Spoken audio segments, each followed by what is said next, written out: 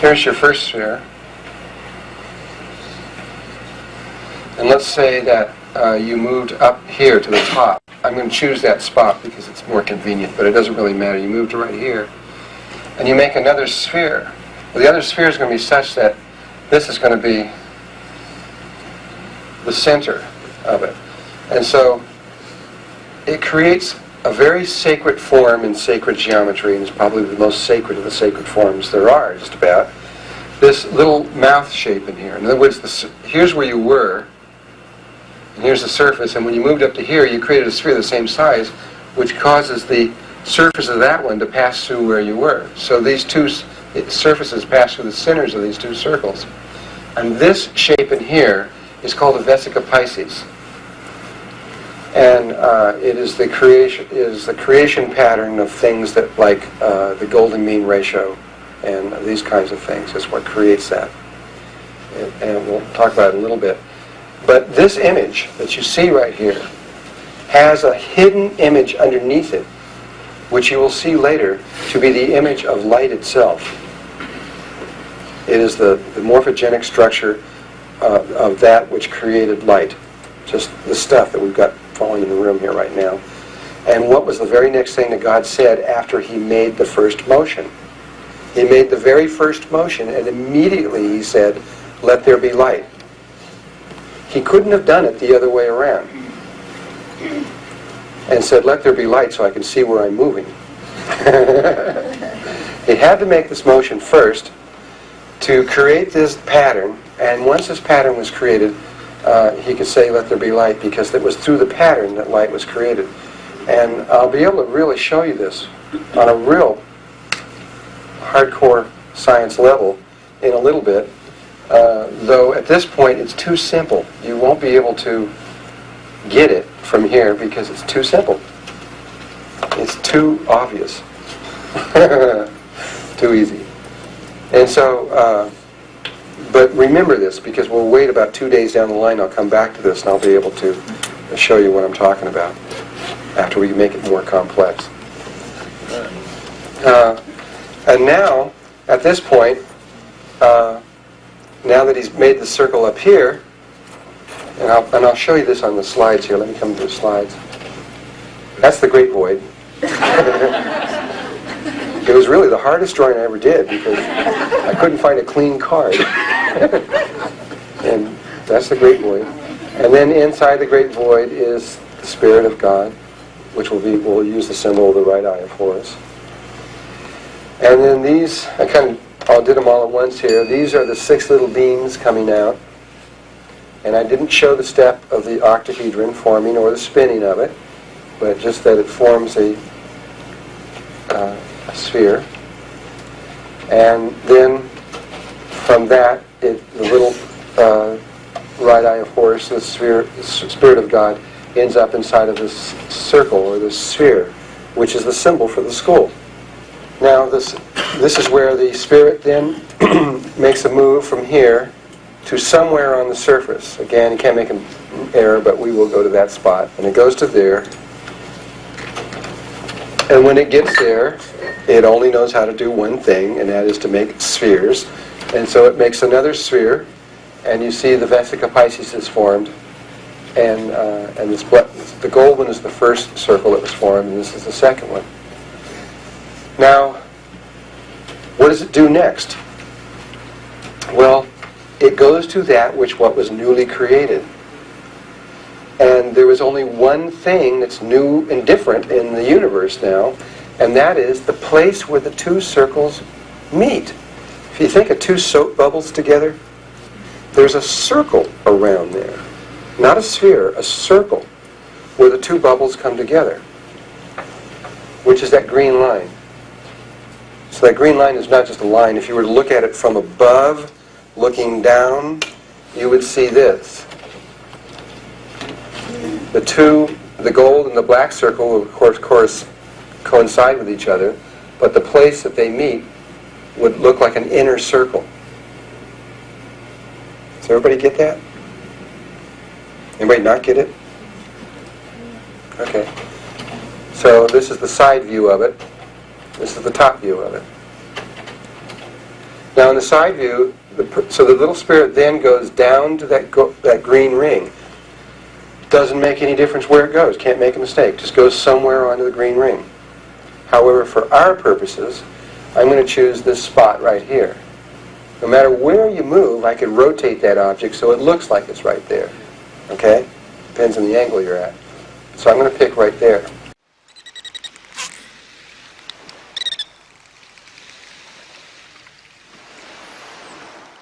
And so it goes down to the green ring, and once it gets to that spot, it only knows how to do one thing, and that makes a sphere of a certain size, and it does it, and it gets this. There are certain geometrical informations that are now present. An equilateral triangle is there, for example. There are two equilateral triangles, which is the basis of the golden mean rectangle. The logarithmic spiral is present. There's all kinds of very primary laws that are unfolding at this moment. This is on the second day. I didn't mention this to you. Do this if you want to, and I'm going to leave this up to you to do it if you want. But if you will look at what I'm about to tell you right now, and then read the Bible again, it will take on a whole new viewpoint that you probably never ever thought about before. But there are 6 days of Genesis, 7 days of Genesis total. Each day has new things that are created each time, and you'll see some interesting things. This is the first motion from here to here. The first motion creates this black circle, and that's the first day of Genesis up here at the first motion. And the second day of Genesis comes over to here. There's the first motion, first circle, second motion, second circle. This is the second day of Genesis. The first motion created light. The second motion creates various things, and if you want to correspond all these various attributes that are created each time, it will all begin to make sense in a whole nother way. You'll see the geometrical nature of this. And I think that at this point I want to do something. I think I want to do this. Let me explain it very carefully, because there's a point that I want to make, and I think I can explain this point to you. Normally what I do is have you go out into deep space and go through this motion, where you create the big sphere, and then you literally move in space over to the surface. Not just words or something like that, but you do it in your meditation. You move over to the place, and you feel yourself moving, you come up to the place, and then you create another sphere. And then you look down, and you see this ring below you, and then you move down to the ring. And then you create another sphere. And take you that far. It's only that far.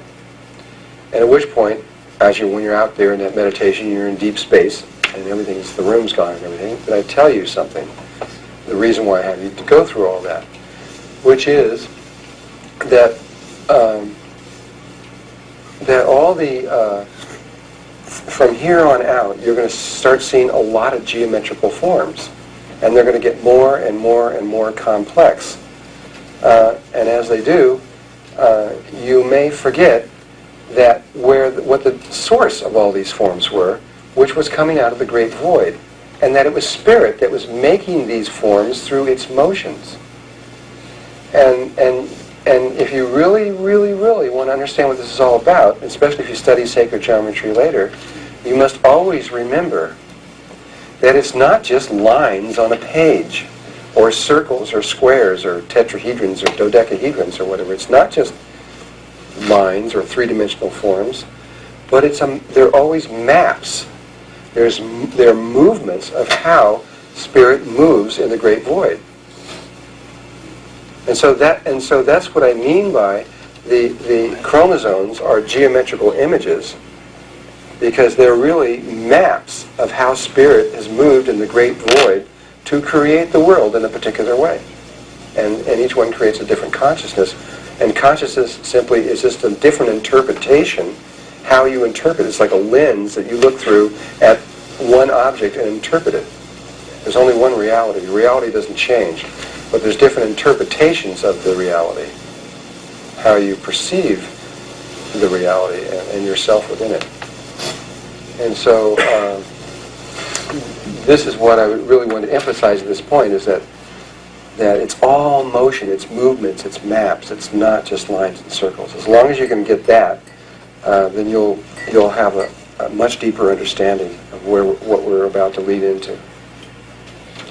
Now, the next thing is that no matter how the first two motions were made, like I said, you can't make a mistake. No matter where you go onto the circle, onto the sphere, no matter where you go onto the surface of this little sphere, no matter where you go onto that circle that joins the first two spheres together, the two bubbles, you happen to be making a perfect line around the equator.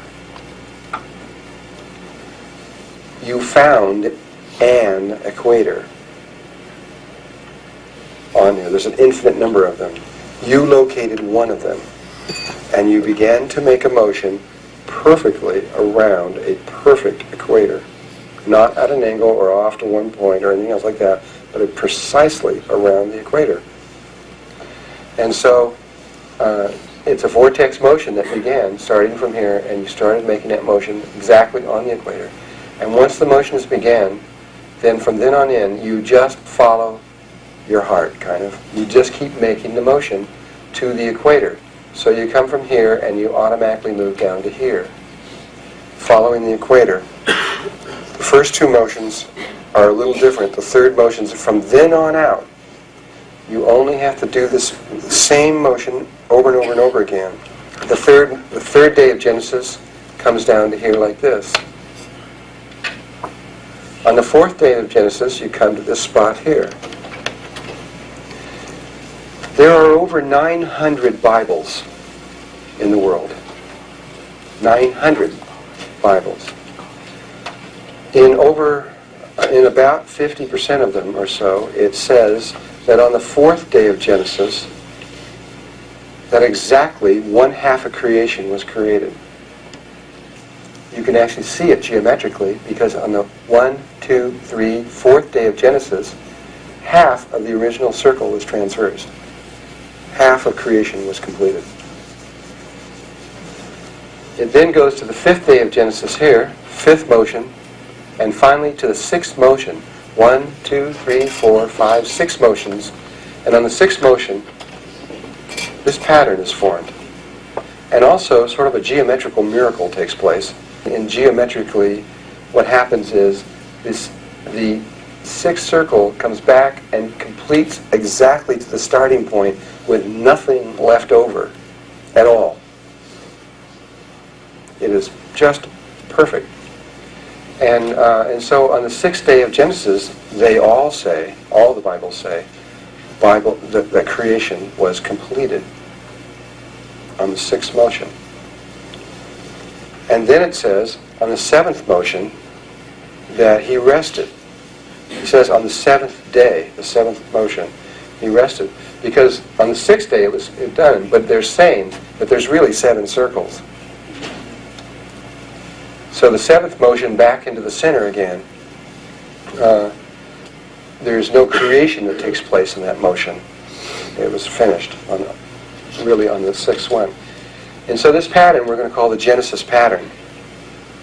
And it is the pattern through which the entire reality was created. And I hope to make that clear to your logical mind, your left brain side of you, that this is true.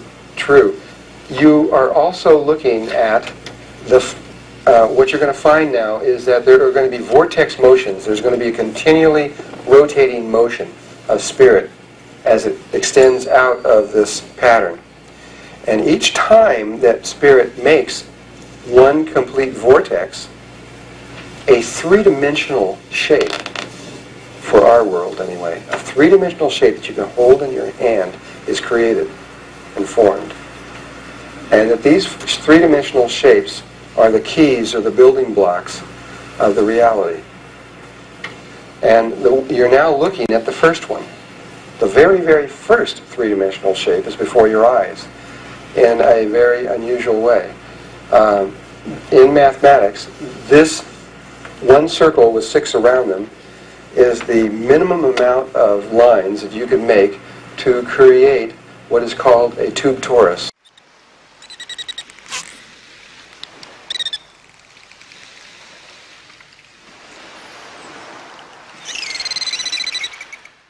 you simply rotated that right now, you would get what is this. This is called a tube torus. It's like a donut. Nothing special. We all know donuts.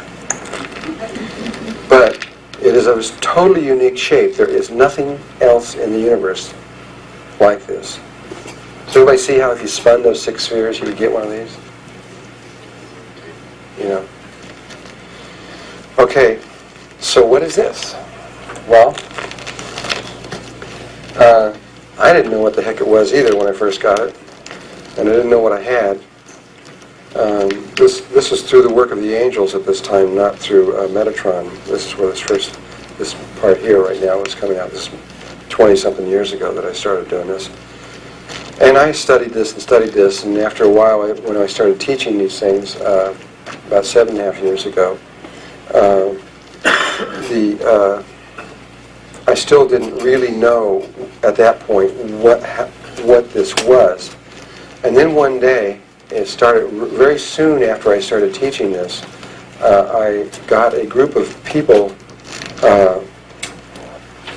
from Hollywood that came to my doorstep that were interested in what I was doing because they were doing some work in Finland that seemed to be related to what I was doing, and they were trying to figure out some things. And there was a man named Eeyore Bach. Has anybody heard of Eeyore Bach? You have? Anybody else heard of Eeyore Bach? He was one of the last, according to the story, there were 12 Bach brothers that were from Finland. And that this family of these 12 males, there was this whole story around how he had this hit squad that went around just looking and doing everything they could to kill these 12 men. And they got 11 of them. He killed 11 of them. He didn't get Eeyore. And according to their family history, he wouldn't get Eeyore. And when Eeyore became the last one, that the female aspect of their family was to come to them, to come to Eeyore and tell him some things that he didn't know, and which was the history of the Earth, going back same number of years that Thoth says we went back, 500 million years, saying that that's when we all began, was 500 million years ago. And the method that these 2 women, that there were only 2, his grandmother and someone else, the method that they were to remember what the history of the Earth was through a geometrical pattern, which was this. And what they did was this pattern, was they ratcheted the pattern. Now, in sacred geometry, ratcheting means, imagine if there was 2 of those patterns superimposed over each other right now. One right over the top of the other one. And one of them you remain fixed, and the other one you could turn. So you know, like in ratcheting, you go, so you move something a certain number of degrees or so. Well, you were going to move the second circle from here over to here.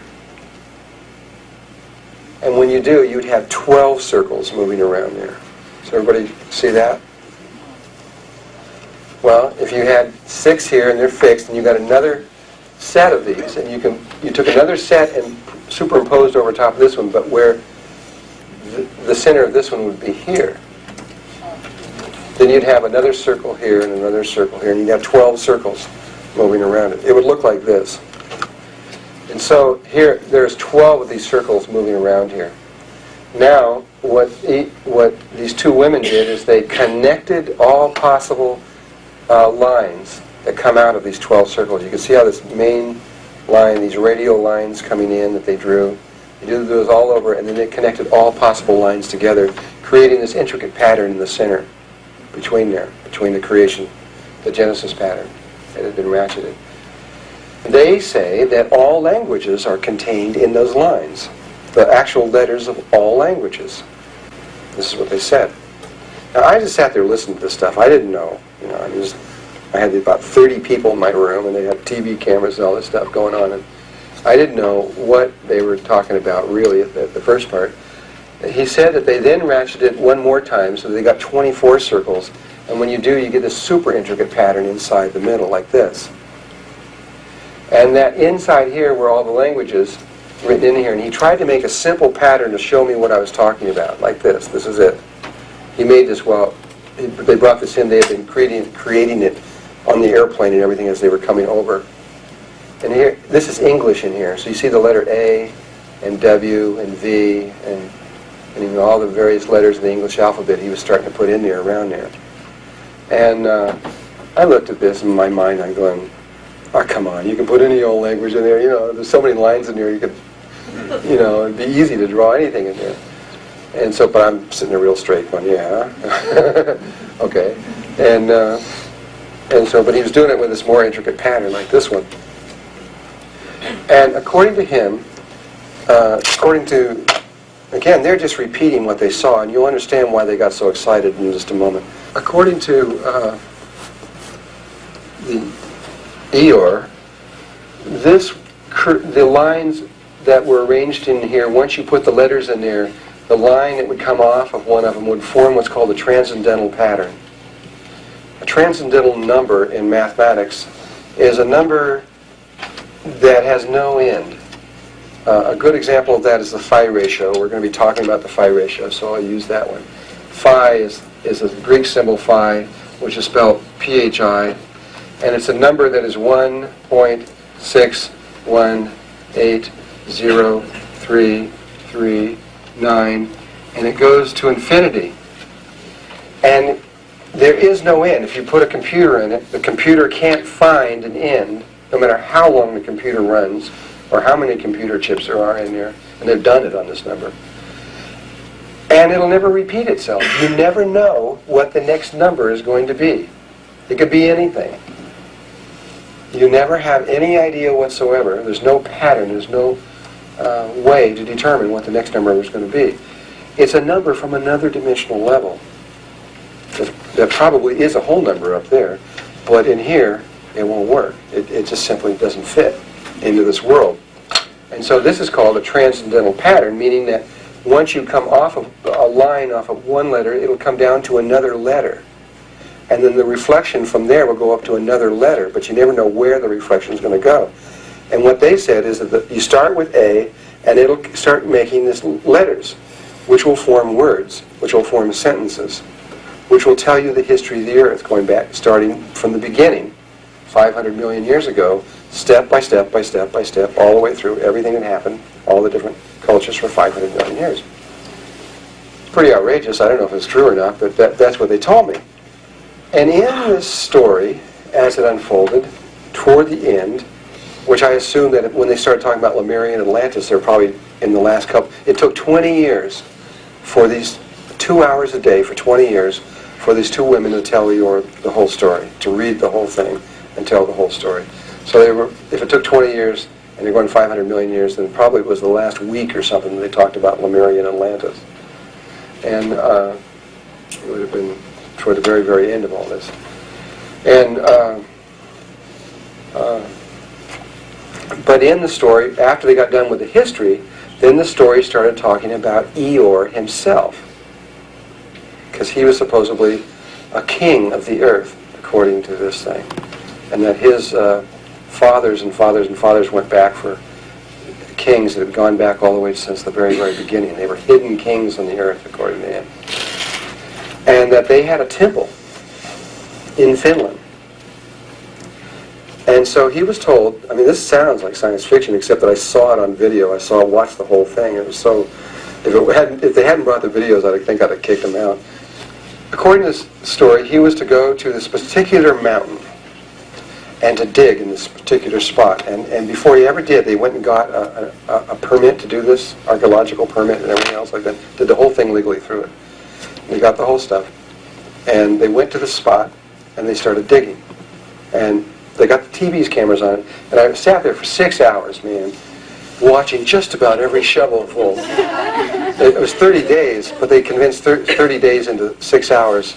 And I felt like it was about 2 months. Because, I mean, they went, and there's about 30 or 40 of them doing this digging. And what they told them is that they would dig down a certain number of feet and they would find a granite slab. The granite slab would weigh 200 or 300 tons, would be approximately from here to the wall in length, about, I think it was about 6 or 7 feet wide and about this deep, polished like mirror. They would find this granite slab in there. And underneath that granite slab would be about 6 inches of red clay, and the people from Hollywood analyzed the clay. The clay doesn't even exist in Finland. And then underneath that there would be this granite slab like this, and then this red clay, should use red, and then another granite slab, and then this red clay in here, and then another granite slab, these huge enormous slabs, and then another thing of red clay, and then another granite slab, and then more red clay, and then another granite slab, and then more red clay, and then another granite slab. 6 of them. It's like the creative thing of the I Ching. 6 straight lines. And this was about 6 or 7 feet under the earth. It wasn't that far. And so these guys dig down, but here it is. And they clear the whole thing out, and you can see it. It's this big, huge piece of granite. Only these guys are, they're all Finnish hippies, you know. They're not archaeologists, and they're going, well, how are we going to get this out of here? I don't know. They couldn't lift it. I mean, it would, you know, you couldn't, I mean, even a crane. I mean, how are you going to lift 200 or 300 tons, you know? And so they decided to blow it up. And that's what they did. I watched them under the thing. They stuck dynamite on this thing, they blew it all to bits, and they carried the pieces out, and they blew the next one up, and they blew the next one up, and they blew the next one up, and they just blew their way, blasted their way through this thing. Couldn't believe they were doing this. And then, according to the story, after they got through this, then there would be, the mountain would be carved out by hand underneath there, because they were right at the base of this mountain, and there would be a carving out, and it would go into a wedge like this. And you could see they cleared out all this stuff going all the way down. It's like 40, 50 feet going down into this mountain, and here was this perfect wedge with all this sacred geometry etched into the walls. That's the part I was, look at this stuff, man. And going all the way down, and at the bottom they would come to this door. They told me in advance, before they even started digging, this is what the story was. And they got down to the bottom, and here was this false door that had been carved into the side of the mountain. It looked like a door, but it was just a false door carved into it. They were then told that on the other side it was hollow, and there was a passageway. The passageway would go down, and then it would curve up, and then curve to the left, and then begin a vortex going like this, deep into the earth. I believe what they said, 10 miles into the earth, with 15 million rooms off of this hallway. I mean, you know, that's pretty outrageous, no matter how you look at it. But that's what they said. And that the first 200 or 300 of these rooms would have a gold, full-size life statue of the kings that Bach represented. His fathers, going all the way down there. And in there were all these treasures associated with each one of these different kings. And then underneath that were rooms that were associated for other people. I don't know what this all was. And so I watched all this stuff, and they got down to the room, and he's drilling this. They see one of these jackhammers going like this in this door. It's supposed to be hollow on the other side. And he goes like this. He goes pop through like this. You know, the guy almost falls over like this, and he pulls the thing out. And then they said, well, what do we do now? And at that moment, according to the story, as soon as they popped through and made the hole, see that it was hollow, the Eeyore was to go to India for 6 months and to study with somebody. And so I had got them after they just popped through. Eeyore was still in India, and they're in my room showing me these videos about this thing. And so they're going, well, what do you think? I don't know. I mean, all I could say was that this was a sacred pattern, but I didn't know, I didn't know. So they promised me that as soon as Eeyore went in there, they were going to go over there and film the whole thing, and they would let me know what happened. 6 months went by, and not a word. A long time went by, and I finally called one of these guys up, and I said, hey, whatever happened on that? And he goes, we don't know. He won't let us. Eeyore went in, and then dead silence. Wouldn't let anybody film it, wouldn't let anybody come over, wouldn't let anybody see anything. They won't talk about it anymore, nothing. It's just, that's it. And so I don't know what's happened on that. So I took this and put it, I have this big file of weird things. Put it in my weird thing file and filed it in there with all this stuff that somehow is attracted to me all the time. I don't know how I did it. And put it in there, and I figured, well, maybe someday it'll make sense. Now, I don't know. But in terms of language being in there, that was the first time I'd ever heard that language was associated with this, but I didn't believe it, and I didn't know what to think about it. Then sometime later, a couple of years went by, and a man named Dan Winter came to my house, and we sat down and had a good time talking about sacred. He's another guy involved in sacred geometry up in New York, and he's done a lot of real interesting things with sacred geometry that are really pretty good. And he's a good guy. He's really trying to solve a lot of the world.